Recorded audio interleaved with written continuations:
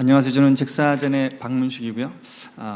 저는 한 25년 정도, 간단히 제 소개를 먼저 하면 한 25년 정도 주로 시스템 소프트웨어 분야, 그러니까 리눅스나 아니면 리눅스 OS라든지 이런 쪽 분야에서 주로 한 20년 정도 일을 하고, 최근에 고성능 컴퓨팅 분야에 관련된 서비스를 하는 회사에서 일을 하고 있습니다.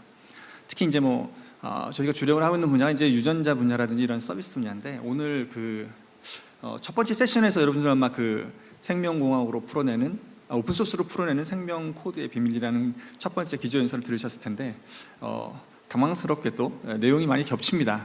그래가지고 하지만 그분 이제 교수님이 이제 말씀하셨던 부분과 제가 이해하는 소프트웨어 엔지니어, 특히 IT 엔지니어들이 이해할 수 있는 정도의 어떤 이런 생명공학 분야에 대한 부분을 좀 이야기를 해보도록 하겠습니다. 아까도 노벨상에 관련된 이야기가 나왔는데, 올해 2024년도에 한국에서는 그 노벨 문학상 수상을 했죠. 하지만 이제 거기 분야와 다르게 특이하게도 노벨 화학상 분야에 우리는 이제 또 주목을 할 수도 있습니다.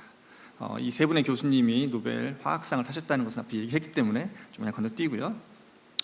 원래 이제 이 관련된 부분에 인공지능과 사실 가장 중요한 부분은 이 노벨 화학상을 받은 연구 분야는 단백질 구조 예측 분야입니다. 단백질 구조가 어떻게 노벨 화학상을 받았느냐, 바로 사실 인공지능이 결합되어서 구조 예측을 하는 기술이 성공을 했기 때문에 사실은 그걸 받았는데, 그러한 부분들을 설명을 하려면 이렇게 좀 복잡한 내용들을 좀 이야기해야 돼요. 하지만 이렇게 복잡한 부분은 굳이 얘기하지 않고 좀 쉬운 부분으로 좀 이야기를 해보도록 하겠습니다.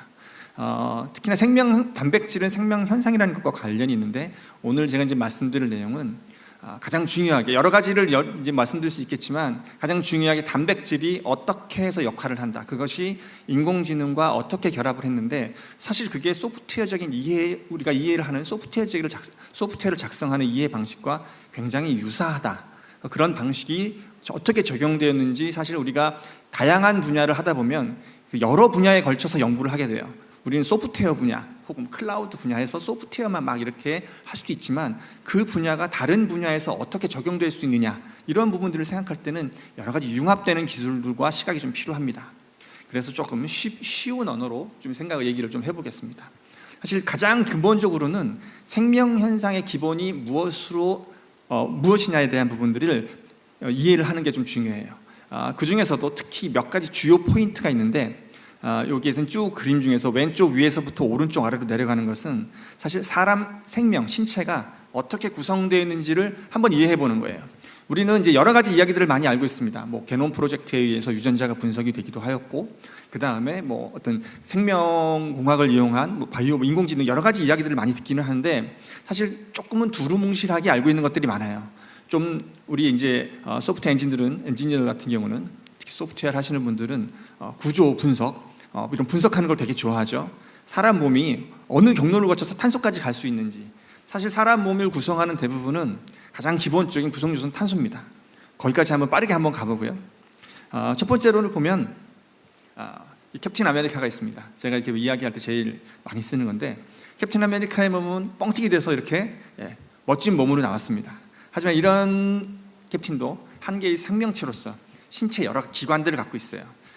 사람의 몸은 약 30조 개의 세포로 이루어져 있다고 하는데, 한 수백억 개에서 한 수천억 개씩 뭉쳐서 신체 기관을 이루죠. 쉽게 얘기하면 심장도 있고 위도 있고 간도 있고 소화기관도 있고 여러 가지 신체 기관들이 있습니다. 생명체는 모두 이렇게 신체 기관들을 갖고 있게 돼 있어요.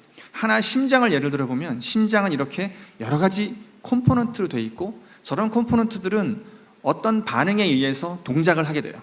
즉 조금 이따가 뒤에 나오겠지만 단백질이나 효소 이런 것들에 의해서 쟤들이 동작하고 안 하고 그렇게 됩니다.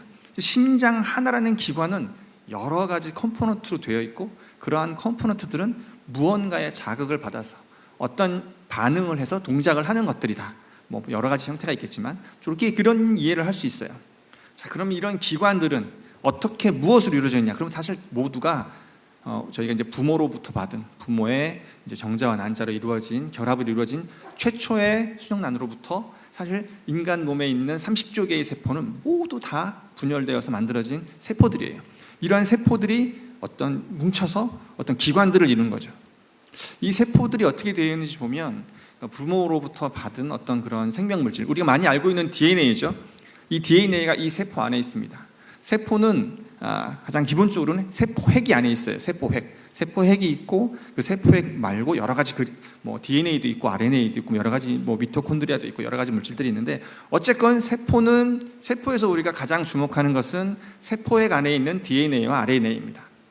즉 이제 사람 몸은 생명체는 조직으로 구성되어 있고 조직은 세포로 구성되어 있고 세포는 다시 여러 가지 물질 중에서 DNA와 RNA로 구성되어 있다라고 우리는 보통 많이 이제 여기까지는 보통 많이 아는 것들이에요. 그래서 DNA는 이중 나선 구조로 되어 있고 이거는 이중 나선 구조는 ATGC라고 하는 유전체 서열로 되어 있다. 이 정도까지는 어떤 상식적으로 알 수 있는 내용입니다. 근데 여기서 조금 더 생각을 해보면 이런 ATGC는 그러면 어떻게 뭘로 구분을 하는 거지? 라는 어떤 궁금증을 가질 수 있어요. 특히 DNA라고 했을 때 ATGC라고 하면 사실은 이것들은 탄소화합물입니다. 이렇게 생긴 네 가지 형태의 기본 형태가 ATGC라고 하는 네 가지인데 다 사실은 탄소화합물이에요. 다음번에 조금 페이지에서 말하겠지만 저런 탄소화합물이 산소나 수소와 어떻게 결합되어 있느냐에 따라서 ATGC로 나눠지게 됩니다.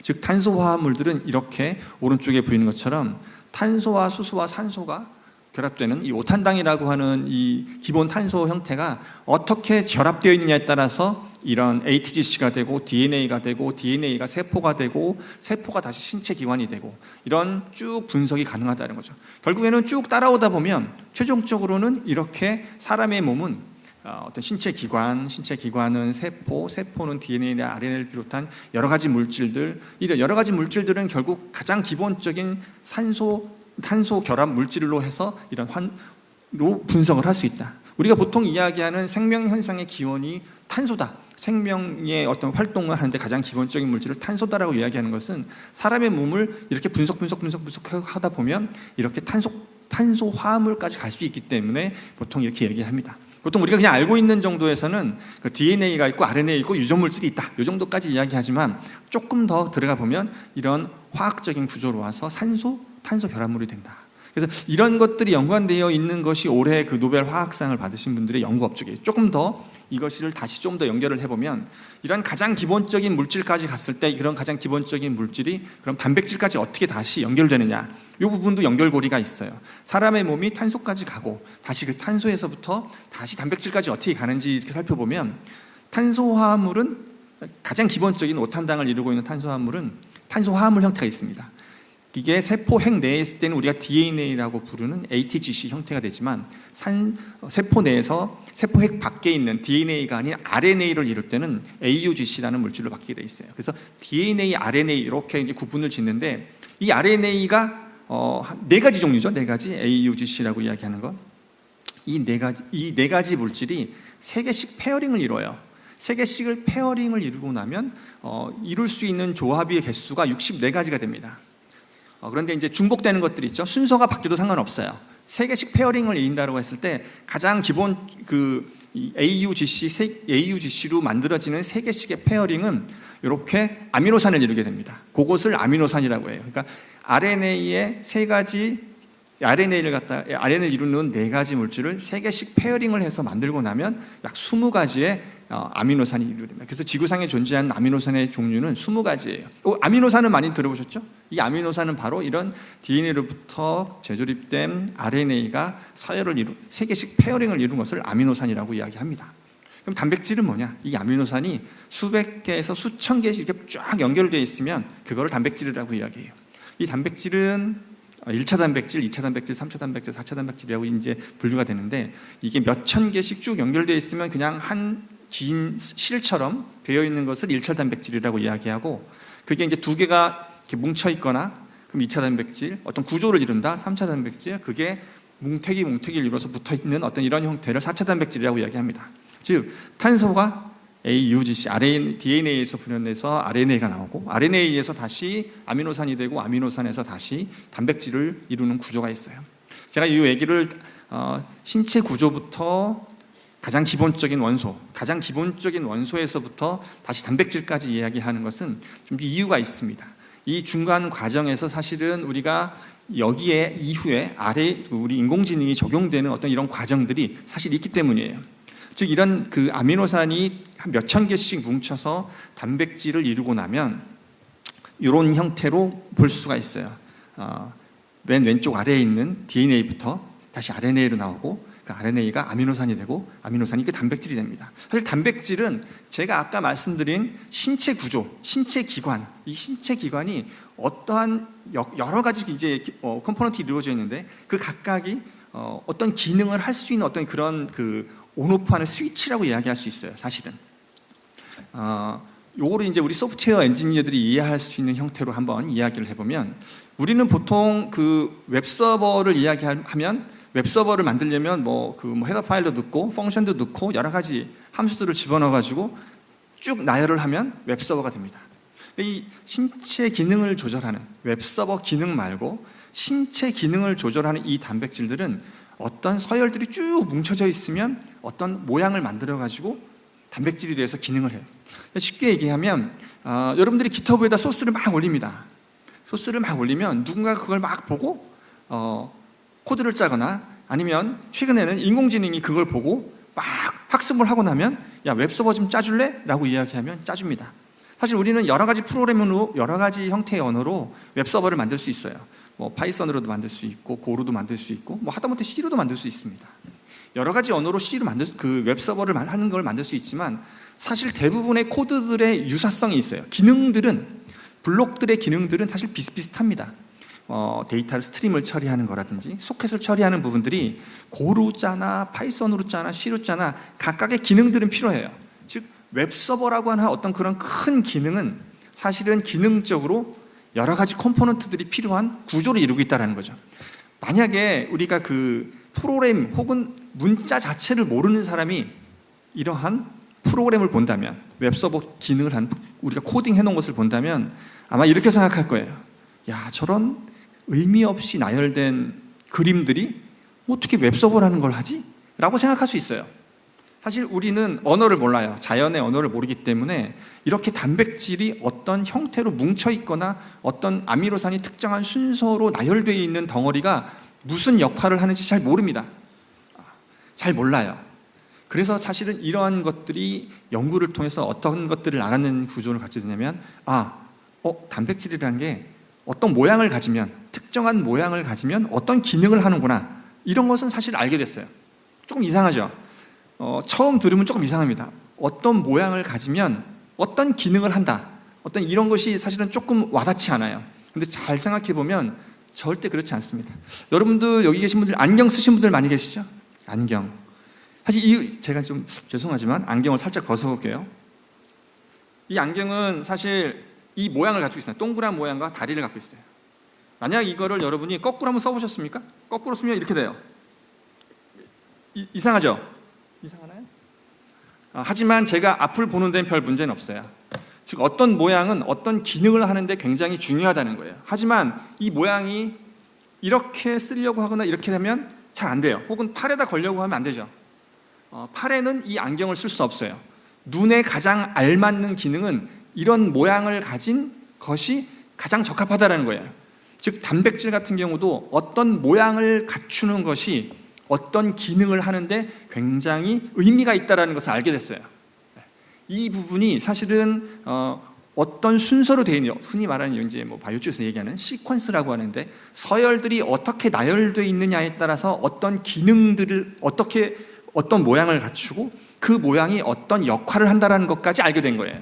사실 이제 이게 굉장히 자연스러운 일일 수도 있는데, 우리가 이제 프로그램적으로 예상을 해보면 포문이나 어떤 언어에도 사실은 포문이나 이프문 같은 것들은 다 있어요. 랭귀지가 달라도. 그러면 랭귀지가 달라도 라는 얘기는 사실은 사람이 달라도 혹은 종이 달라도 심장에서 피를 보내주는 역할을 하는 기능들을 하는 어떤 그런 할 수 있도록 해주는 것들은 모양이 달라졌을까? 사실은 그렇지 않아요. 안경에 여러 가지 모양이 있듯이 사람이나 동물이나 다른 동물들도 모두 심장을 갖고 있고 심장이 하는 역할은 똑같아요. 모양은 조금씩 틀리지만 그런 개념 속에서 보면 단백질도 비슷하다는 거죠. 심장이 뛸 수 있도록 어떤 역할을 하는 단백질은 사람도 갖고 있고 혹은 동물도 갖고 있고 그러면 동물이 가진 단백질과 사람이 가진 단백질, 그런 똑같은 역할을 하는 단백질을 비교해보면 어떻게 되나? 어떨까라고 생각을 해보면 사실 연구를 통해서 밝혀진 것은 비슷하답니다. 물론 모양이 약간씩 틀리지만 단백질의 모양이 같으면 비슷한 일을 하더라라는 것을 알게 되었어요. 이런 부분들을 알게 된 이후에 그러면 조금 더 연구가 이제 진행이 되는 거죠. 단백질의 모양이 어떤 역할을 하는 기능을 한다는 것을 알게 된 이후에는 그러면 특정한 서열을 우리는 알 수 있었어요. 단백질 게놈 프로젝트에 의해서 혹은 서열 분석은 굉장히 기술적 발전을 이루어서 단백질의 어떤 모양이 어떤 서열을 갖고 있는 아미노산 혹은 어떤 서열을 갖고 있는 RNA 구조를 갖고 있다는, 아까 말씀드린 RNA 구조로부터 아미노산의 구조, 아미노산의 구조부터 단백질이 이렇게 유도가 되었는데, 결과적으로 어떤 단백질의 모양은 어떤 서열들이 어떤 순서로 되어 있느냐에 따라서 이 모양이 만들어지더라 라는 것을 알게 되었어요. 이걸 조금 더 다른 형태로 이야기해보면 여러분들이 이제 자동차 부품을 한번 생각을 해보는 거죠. 자동차 부품을 생각을 해보면 수많은 자동차 부품이 이렇게 쫙 마당에 펼쳐져 있다고 생각을 해보시면 사실 그 자동차 부품들이 조립이 되어서 만들어질 수 있는 자동차의 종류는 사실은 하나입니다. 우리가 순서를 몰라서 그렇지. 순서는 모르지만 그러한 여러 가지 자동차 부품들이 뭉칠 수 있는 방법은 정해져 있고, 결과적으로 그 자동차 부품들이 특정한 순서대로 나열되어 있을 때 그것을 조립해 나간다고 하면 만들어지는 모양의 자동차는 사실은 한 가지다. 매번 조립해도 똑같은 게 나온다라는 생각을 해보면 RNA 시퀀스가 아미노산이 되고, 아미노산이 어떤 특정한 순서대로 쭉 나열되어 있는 게 수백 개에서 수천 개 이렇게 뭉쳐져 있을 때 어떤 모양으로 결합이 될 것이냐는 사실은 거의 정해져 있다는 거예요. 이러한 것들을 사실은 이제 계속적으로 사람이 예측을 해보고 프로그램을 예측을 해봤는데 사실은 잘 안 됐어요. 그런 부분들이 사람이 이제 경연 대회가 있었어요. 캐스비라고 하는 대회가 있는데, 사람이 아무리 잘해도 그런 특정한 서열이 어떤 모양을 갖추지, 사실 설계도 없이 어떤 모양을 갖추는지 맞춰야 되는 부분인데, 그런 것을 했을 때 점수가 되게 한 40점 정도, 40% 정도의 유사성밖에 보이지 못했어요. 그것을, 이 부분에 대한 것, 즉 어떤 서열이 어떤 단백질 구조를 이루냐 하는 것을 연구한 분야가 바로 이 딥마인드에서 나온, 아까 이제 올해 노벨 화학상을 받으신 분들이 연구했던 분야인 단백질 구조 예측 분야인데, 베이커 교수님은 워싱턴 교수님이시고, 그 다음에 이제 하사비스라는 분하고 점퍼라는 분은 이 구글의 딥마인드에 계셨던 분입니다. 그 구글 딥마인드는 알파고를 만들었던 회사죠. 알파고 같은 경우 0.007%의 확률로 인간이 딱 한 번 이겼다라고 이야기하는 바로 그 회사인데, 그 회사가 알파고 개발 이후에 바로 이 단백질 연구에 뛰어들게 됩니다. 단백질 연구에 뛰어들어서 아까 말씀드렸던 어떤 특정한 서열이 어떤 모양을 갖추는지, 단백질이 어떤 모양으로 형성이 되는지에 대한 것들을 예측하는 프로그램을 짜게 됩니다. 인간이 짜는 거는 약 40점대. 처음 알파폴드가 나왔을 때도 그 정도 점수였어요. 즉, 이거 해보니까 어떻게? 우리가 보통 깃허브에 소스를 올려서 어떤 프로그램들을 인공지능을 통해서 짭니다. 요즘은 굉장히 그게 자연스럽고 흔하죠. 단백질 구조가 알려져 있는 건 약 2억 개가 알려져 있는데, 인간이 그 구조를 밝혀낸 건 약 20만 개 정도가 됩니다. 0.1% 정도가 그 단백질 구조가 밝혀져 있는데, 이 단백질 서열과 이 구조 모양, 3차원 구조를 딱 넣고 인공지능한테 딱 시켰더니 사람이 하는 것과 거의 비슷한 정도의 예측을 하더라는 걸 알게 됐어요. 가능성을 보여준 거죠. 그 이후에 알파폴드 2, 알파폴드 3가 올해 나오면서 알파폴드 2 같은 경우는 60% 정도의 어떤 구조 예측이 비슷하다는 걸 알게 됐고, 점점 진화해서 올해 나온 알파폴드 3 같은 경우에는 약 90% 정도의 실측한 것과 약 90% 정도 유사한 구조를 예측하더라. 사실 90% 정도의 예측이라고 하는 것은 거의 실험실 오차 정도 나는 정도의 수준이라고 이야기합니다. 즉 특정한 아미노산 서열이 어떤 단백질 구조를 이루고 그것이 어떤 모양으로 만들어지느냐, 이것을 거의 정확하게 연구를 통해 밝혀낸 것이 올해 노벨상 화학상을 수상하신 연구 분야의 바로 내용들입니다. 그래서 이 알파폴드 관련된 알파폴드 1, 2, 3가 나오고, 유사하게 또 이제 로제타 폴드라고 하는 부제가 나오는데, 알파폴드와 로제타 폴드를 설명드리기에는 조금 그렇고요.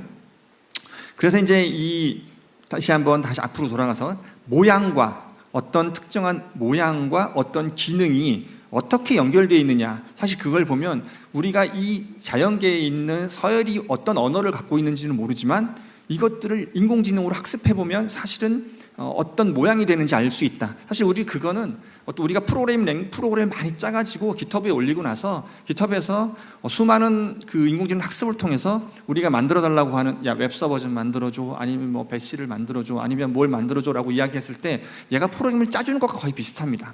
그래서 약 2억 개 정도 알려져 있는 단백질 구조, 그러니까 인간계, 자연계에서 존재한다고 이야기하는 약 2억 개 정도의 단백질 구조와 단백질 서열이 있고, 그 서열이 기존에는 약 20만 개 정도가 어떤 모양으로 만들어져 있는지 밝혀져 있었는데, 이것이 나온 이후에 현재 그렇게 오래되진 않았지만 구글에서는 약 2억 개 정도의 단백질 서열을 이미 다 인공지능을 통해서 예측을 하고, 그리고 이미 데이터베이스화해서 서비스까지 하고 있습니다. 지금 이거는 사실 굉장히 큰 의미가 있는데, 이런 DNA로부터 아미노산 단백질까지 만들어지는 것은 제가 아까 이 단백질이 어떤 신체 기관이 동작을 하고 안 하고라는 부분에서 말씀을 드렸어요. 근데 이것이 어떤 의미를 갖냐면 사실은 거꾸로 어떤 것이 동작을 하게 하고 안 하게 하고 한다는 것이 의학적인 혹은 질병 치료에 있어서 굉장히 큰 트리거를 갖고 있기 때문이라고 이야기합니다. 요거 한 가지가 이제 마지막으로 이제 말씀드리면 좋을 것 같은데, 이런 그 암세포가 있어요. 사실 암세포라고 하는 것은 신체 기관이 갖고 있는 어떤 한 세포 중에 하나입니다. 이 암세포는 보통 동작하는 방식이 그냥 아주 일반적으로 방식이 정상적인 세포랑 이렇게 잡아먹거나 이렇게 얘기를 해요. 우리 보통 이제 그냥 특별한 전문적 지식이 없는 상태에서는 암세포는 정상세포를 파괴해 라고 이야기합니다. 사실 파괴라는 말은 정상세포와 잘 반응을 한다는 거예요. 정상세포가 갖고 있는 세포막이나 이런 것들을 얘가 잘 파괴한다거나 아니면 결합을 해서 내 걸로 그냥 빨아들인다는 그런 현상을 말하는 거예요. 그래서 우리는 그냥 일반적으로는 암세포가 정상세포를 파괴한다라고 얘기하지만, 실제로는 암세포가 어떤 작용에 의해서 정상세포와 잘 결합을 한다는 겁니다. 그러면 단백질 구조라는 것은 제가 아까 모양이라고 말씀을 드렸어요. 단백질은 모양이다. 어떤 모양이 기능을 한다. 즉 암세포가 갖고 있는 정상세포와 결합을 하는 그 방법을 방해하는, 혹은 정상세포보다 더 잘 결합할 수 있도록 이 단백질을 설계해서 싹 집어넣어주면 어떻게 되겠느냐. 당연히 암세포는 정상세포와도 결합을 하겠지만 그 단백질하고도 결합을 할 거예요. 쉽게 얘기하면 단백질에 의해서, 그런 단백질 작용에 의해서 이런 암세포들이 작용을 못하게 만든다는 거죠. 그러면 아무리 많이 암세포가 있어도 사실은 내가 설계한 일공 단백질의 일과 결합을 하고 나서 사라진다는 의미가 됩니다. 즉 치료가 가능하다는 어떤 의미가 되죠.